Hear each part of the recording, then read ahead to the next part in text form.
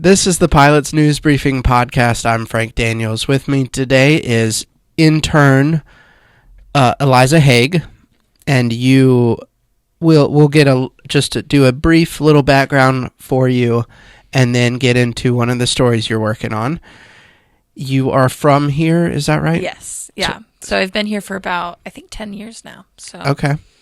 So like many, including myself, actually that's about how long I moved here. Oh, really? Yeah. Yeah, I think it was like 2015 or something like Yeah. that. Yeah. Yeah, that's when I started working here. Oh, wow.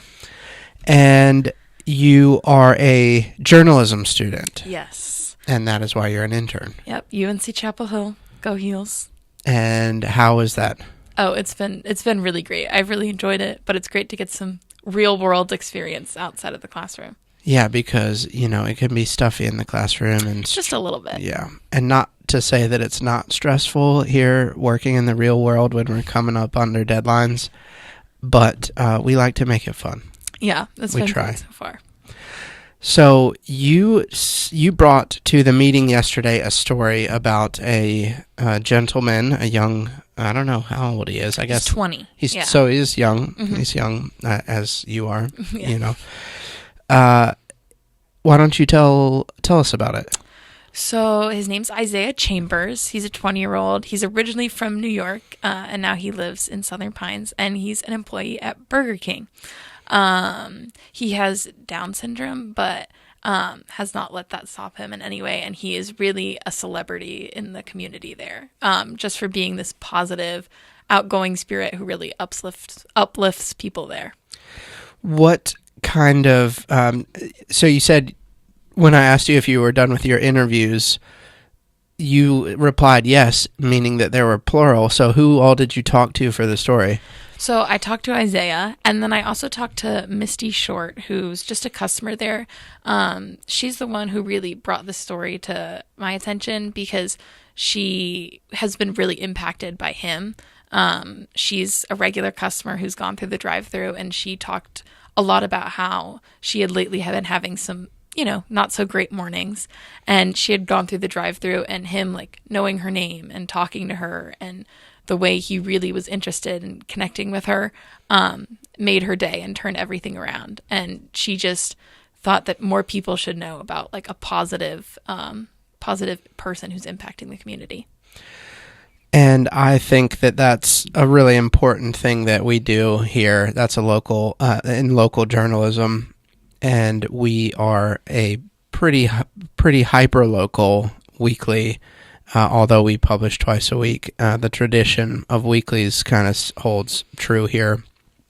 My grandfather used to say that it's really important for a newspaper, because so many people think about news and journalism and newspapers, and particularly cable news journalism, as kind of sensationalizing the bad and the... Yeah. And it's a lot of that. He really felt that it was important that community journalism catches people doing good. And I think that's really what you've done here. Yeah, for sure. I think we read and hear so much about different stories of tragedies and conflicts. And so it's always good to hear something about someone uplifting someone who's being a positive impact on the community. And really sharing their stories. Did you talk to anybody that he works with? Yes, I briefly messaged and called with Danielle, the store manager, who really mostly spoke to his dedication to being there and his love of being a worker there. I mean, even when I was talking to him, he was talking about how much he loves just even cleaning the toilets there and wiping down the tables. And I think the simple jobs that most of us would never be happy about.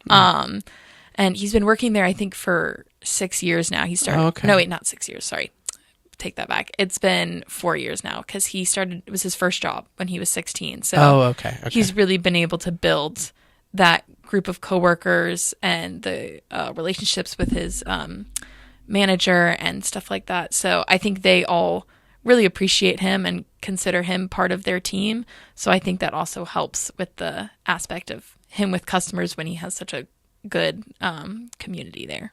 Yeah, I think it really speaks to something that I think a lot of us experience and maybe lose the gratitude of that simple fulfillment in those everyday jobs. And I don't know, I don't want to get into talking about gratitude Yeah. and a little bit more broad, just life lessons. But I think that's a really really special kind of aspect to speaking to him that you were able to pick up and bring to the story. Yeah. And I think also recognizing that like a lot of those workers and stuff, we never really think about like the people working at fast food restaurants. Like I can't remember the last time I knew the person who was handing me my food at McDonald's or Chick-fil-A.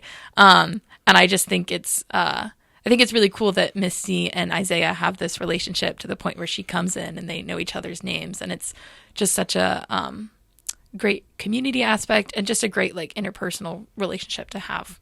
Yeah.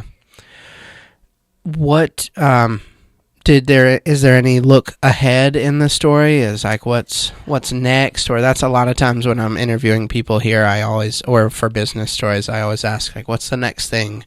But I think with human interest pieces, that's not always how you're going to finish up the story. But yeah, I mean, he mostly just talked about how he wants to continue working there and his love of that place. So I think right now he's loving where he's at. I don't think he had too many plans for the future, but I think just continuing to be a person like that in the community, and I think just continue to do what he loves there. What about you for the summer? How did you find, because this is the first story that you've worked on, right? Or no, you worked on one. I wrote about the scholarships for the Kiwanis Club. Right. So how have they gone so far? They've been good. I mean, it's definitely a different way of writing, I feel like, than I've done before. And it's also a much quicker turnaround, just like going to a piece and learning from different things. But it's been great so far. Everyone's been great, helping out with different things and giving me ideas for stories and stuff like that. So it's been good. All right. Well, we will keep bringing you in here and learn about how good it stays over time, and if that's the case. And it's okay if it gets stressful, and it's not okay. In the end, we all have ups and downs, and so you can share them publicly or not. And thank you for sharing your story about Isaiah with us. Thanks for having me. Do you have an email address that people can contact you? Yes, it's Eliza@itsthesway.com. So ELIZA. Yes. At itsthesway.com. And you can email me at frank@thepilot.com, FRANK@thepilot.com. If you have questions for Eliza, you can send her an email to follow up after reading her story, or to get a link to her other story as well. And if you have feedback for what I'm doing here, what we're doing with the podcast, please send that along. And that's the latest news in Moore County.